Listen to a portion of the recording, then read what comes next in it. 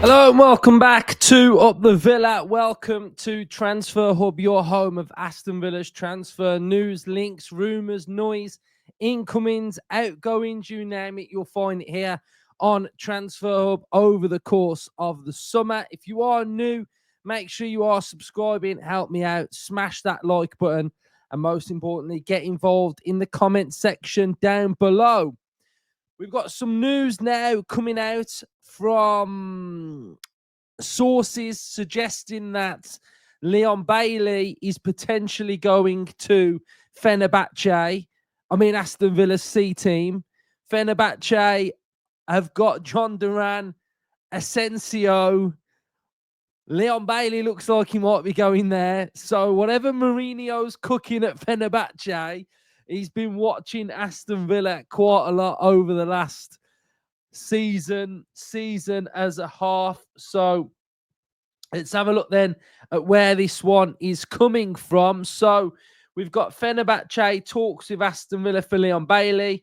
Arrived at Aston Villa in August 2021. Leon Bailey could quickly sail towards new horizons during this summer's window. According to our latest information, Fenerbahçe, decidedly very active this summer, has started discussions with the Birmingham club to offer himself the right winger.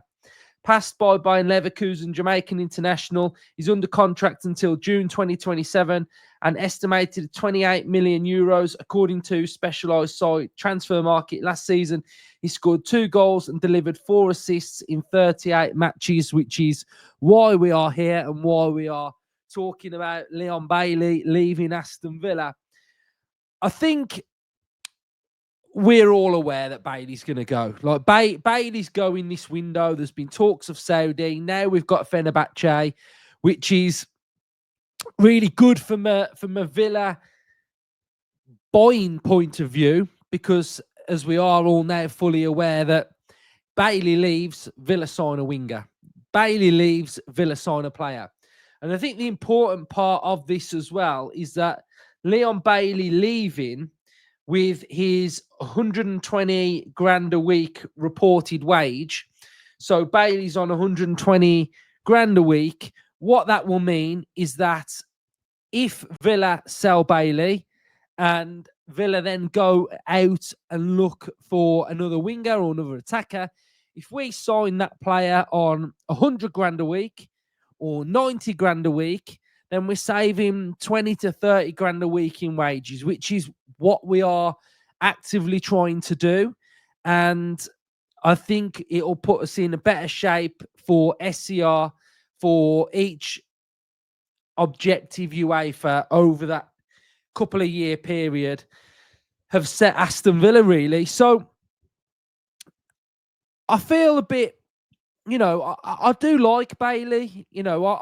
Bailey's got to go. I'm under no illusion that he's got to go, and I do like him. I think he's done okay at Villa. I think he's a likable player. I think he's a bit frustrating at times, and he's had a purple season at Villa where he was pretty much unplayable. And I think I'm not sure what went wrong. Really, I really struggle to understand what did actually go wrong. I think me and Earl have looked in the past at years that Bailey have had, and he has 1 good and then 3 bad, or 1 good and 2 bad. I think it was that ratio. And I think looking as a whole, he's one of the reasons why we probably did struggle last season, because we go into a season off the back of a really good one and want him to reach that level and want him to progress to a higher level, and we don't get anything.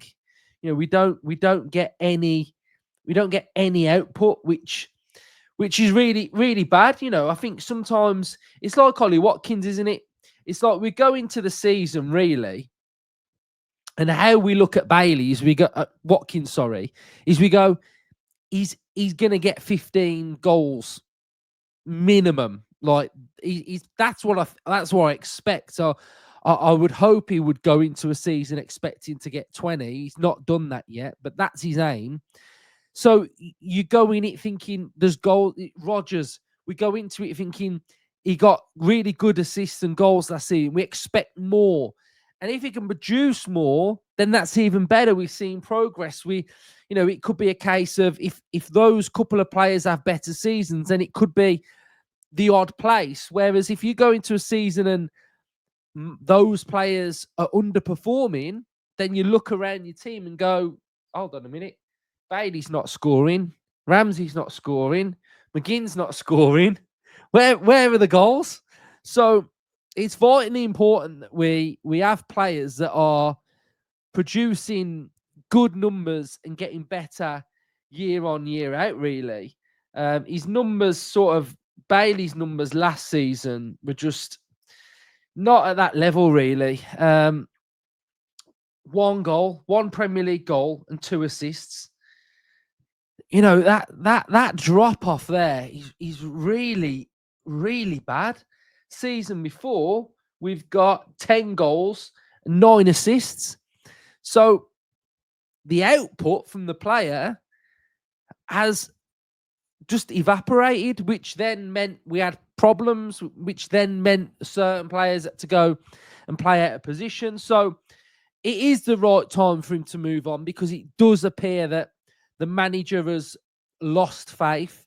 And I remember going to the games last season, and he would get a lot of stick early on in the season. He was getting a lot of stick, and I was trying to just back him and try and stick with him. And then it got to a point where, you just can't do it. And I think he got to that sort of phase where, he'd go down a tackle and he'd stay down, and the opposition team would break on us, and he's still down off the pitch, on the pitch, and it's just not good, really. So he's a player that still holds value, a player that I like and wish him well, but unfortunately, it's one of them where it's come to the end of the road. And if we can get this deal done quickly, then what it will mean is, and I imagine this probably might happen in the next couple of days, you'll start to see rumours now of players that Aston Villa are linked with, because Leon Bailey looks like he's leaving. So I think it's win-win for Villa, and I think it's just one that's just got to get done. And I think we should all cross this and think, let's hopefully it gets done, because if it does, it'll put us in a much better position, really. So yeah, let's hope it doesn't break down or anything happens and it goes the way we really want this deal to go, really. So just a little update on Leon Bailey. I've done a little episode on what the transfer window can look like as well. I'll tag this on to the end of this one, but let me know your thoughts on Leon Bailey to Fenerbahçe up the Villa.